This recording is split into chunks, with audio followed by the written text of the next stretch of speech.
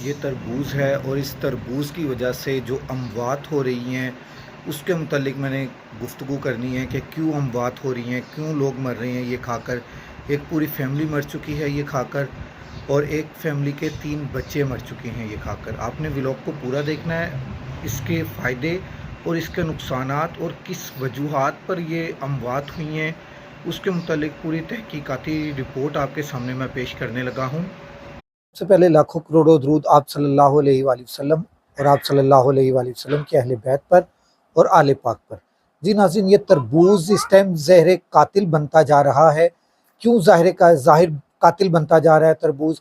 इसके पीछे दो मेन वजूहात हैं, ये मैंने आपके साथ शेयर करनी है। सबसे पहले मैं आपके सामने तरबूज के फ़वाइद जो हैं वो शेयर करना चाहता हूँ। तरबूज के जो फ़वाइद हैं वो ये हैं कि तरबूज जो है वो आप अगर खाते हैं तो उससे आपको क्या क्या फ़ायदे होते हैं। सबसे पहले आपका मैदा, आपका जिगर, आपका गुर्दे, ये तीनों चीज़ें जो हैं वो बिल्कुल ठीक हो जाती हैं।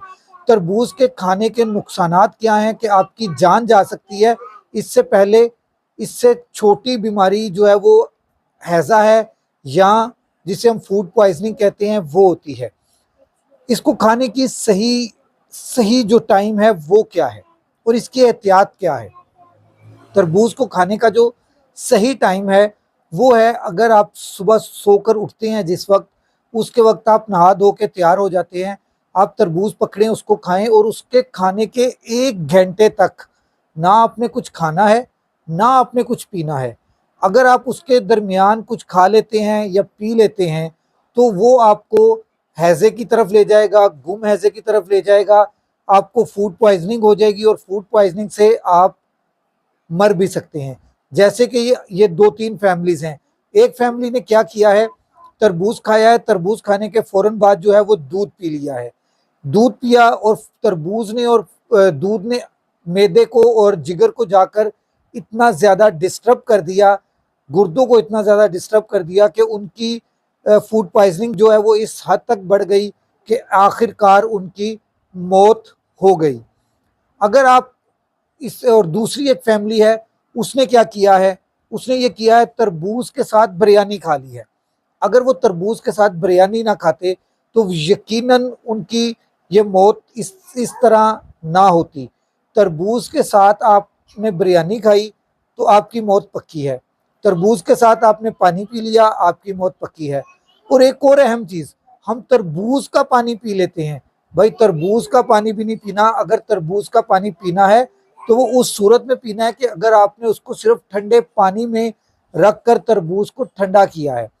अगर आपने उसको फ्रीजर में रख के तरबूज को ठंडा किया है तो आपने उस तरबूज का पानी नहीं पीना, क्योंकि वो तरबूज का पानी नहीं है, वो फ्रीजर का जो फ्रीज हुआ हुआ पानी है वो होगा और वो आपको गुम हैजे की तरफ ले जाएगा। जैसे ही आप गुम हैजे की तरफ जाएंगे तो आपकी मौत यकीनी है। इसलिए आपने तरबूज को जब भी खाना है, मुंह निहार खाना है। रात के टाइम आपने तरबूज को बिल्कुल नहीं खाना, दोपहर के खाने के साथ आपने तरबूज को बिल्कुल नहीं खाना, ये आपको नुकसान देगा।